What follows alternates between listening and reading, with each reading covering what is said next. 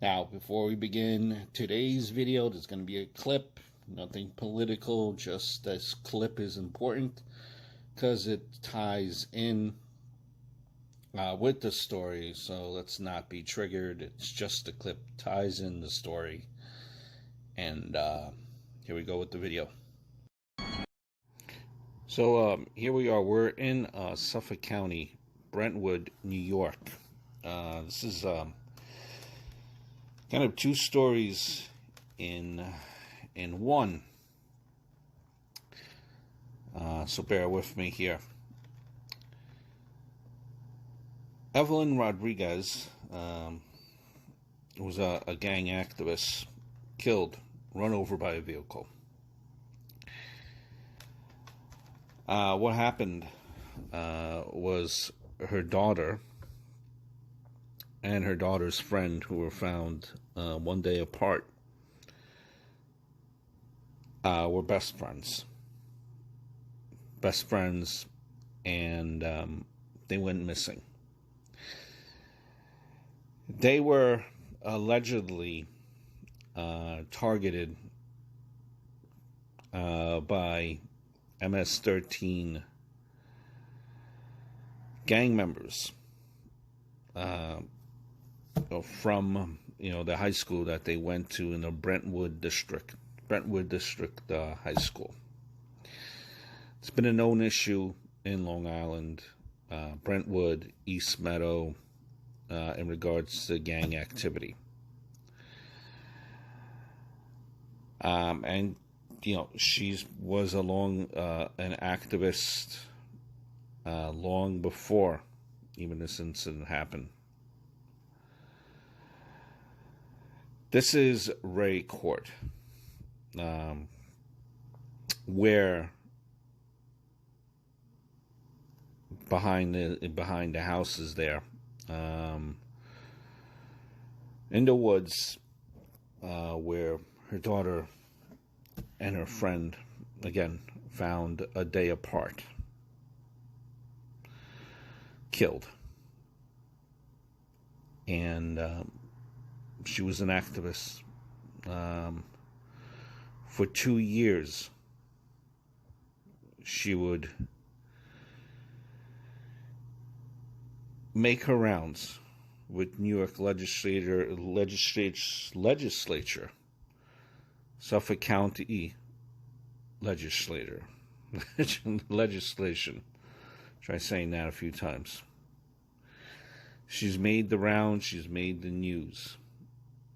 Well known, trying to make sure that her daughter's death does not go in vain.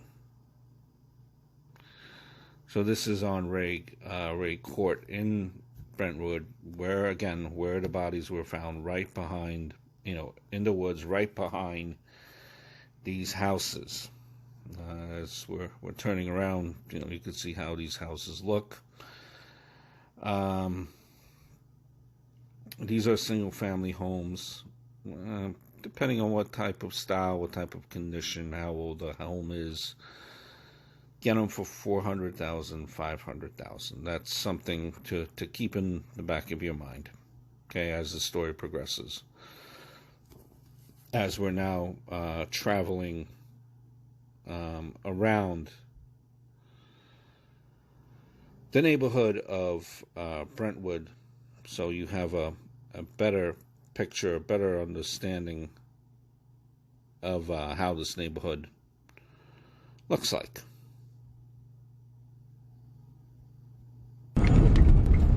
So, Evelyn Rodriguez was national. Turn right onto Ray Court, then you'll arrive at your destination.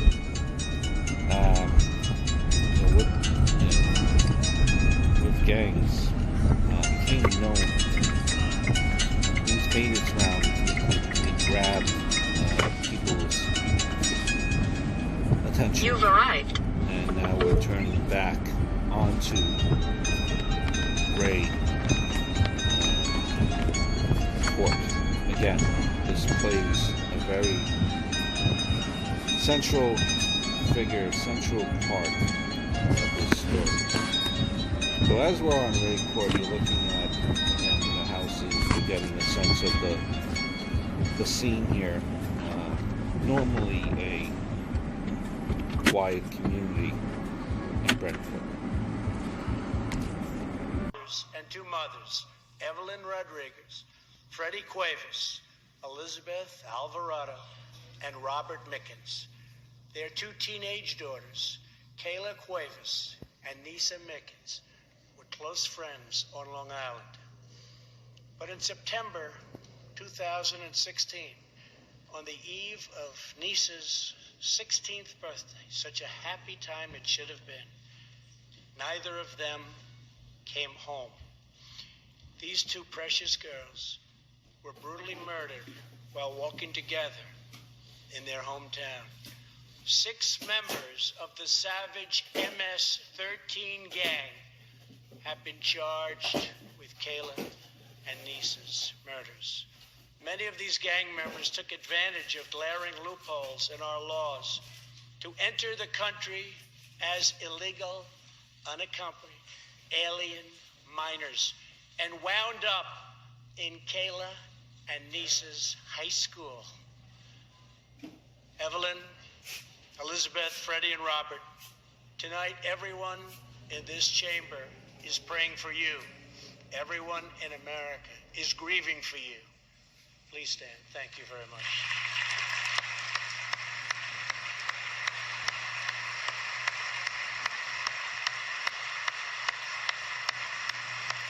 Now, breaking for you. We love you. Thank you.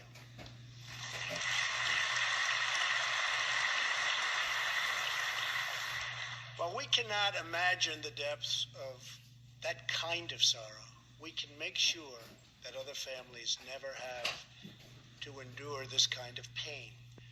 Tonight I am calling on Congress to finally close the deadly loopholes that have allowed MS-13 and other criminal gangs to break into our country.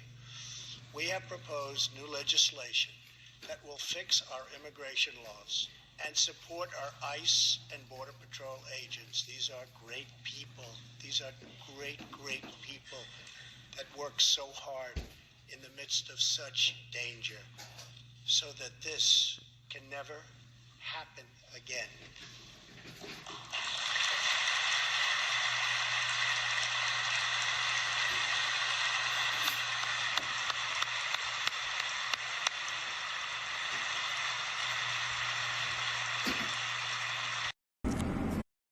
So Evelyn's public work, continues from, when she found out that her daughter passed away, September 14th of 2016.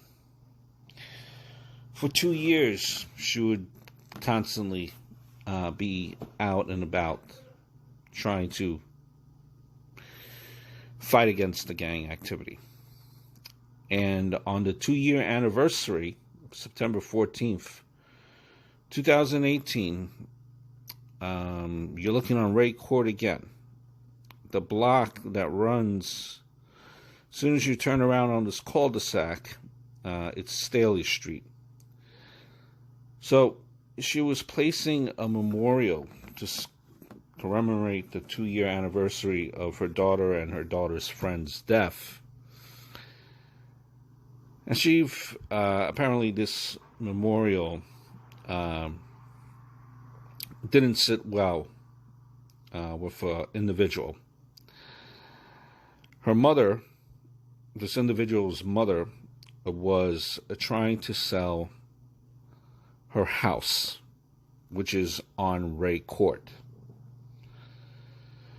This individual felt that with a memorial to an individual that passed away, her house on Ray Court would not sell because people would find out that there was gang activity, there was a murder right on Ray Court.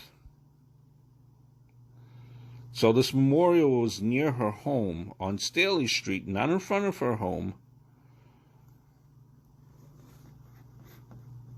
But still, she thought to herself that this is going to affect her property value and the chances of selling her home. Now, allegedly, her defense was that it was an accident. Jury found her guilty. She was sentenced to 9 months. She was basically destroying a memorial, and Evelyn got upset. They got into a confrontation. The individual, the relative of the person trying to sell the home on Ray Court, got into her car. There's still confrontation going. She accelerated, and as the story went, the eyewitnesses, that she ran over Evelyn Rodriguez twice. Stayed on the scene, called 911. Again, was this an accident?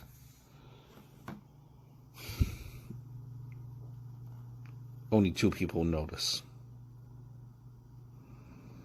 Evelyn, unfortunately, is not here.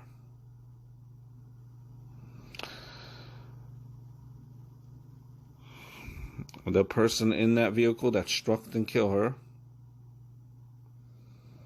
and the big man upstairs, know if this was a mistake. 13 murder victim killed after being struck by a vehicle as she was setting up a memorial for her daughter.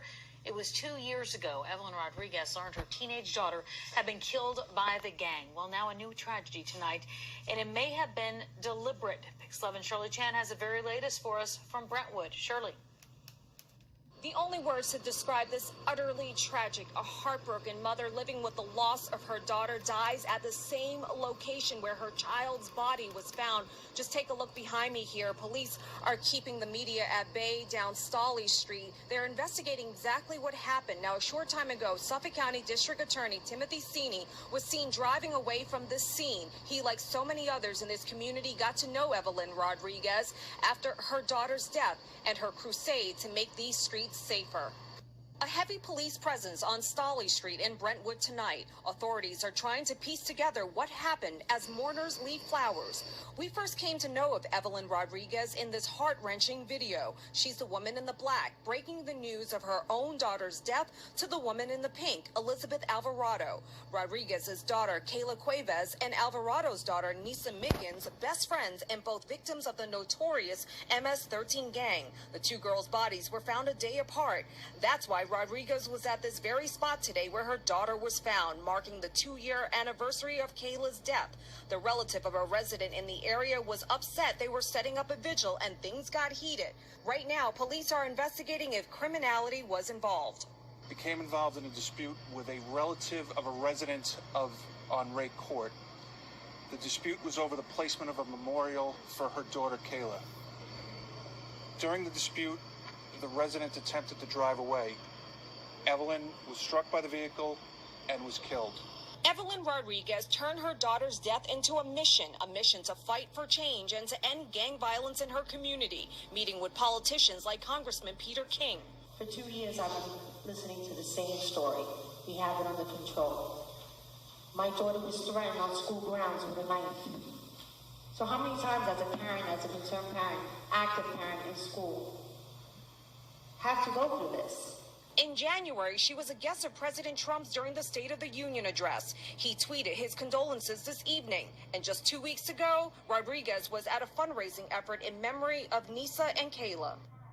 And Representative Peter King was also at this location. He was planning on attending tonight's vigil. He, like so many others, got to know Evelyn Rodriguez and her crusade. Now, the driver of the vehicle, police are not releasing that person's name. That person has also not yet been arrested, and police want to stress that they are, at this point, still investigating if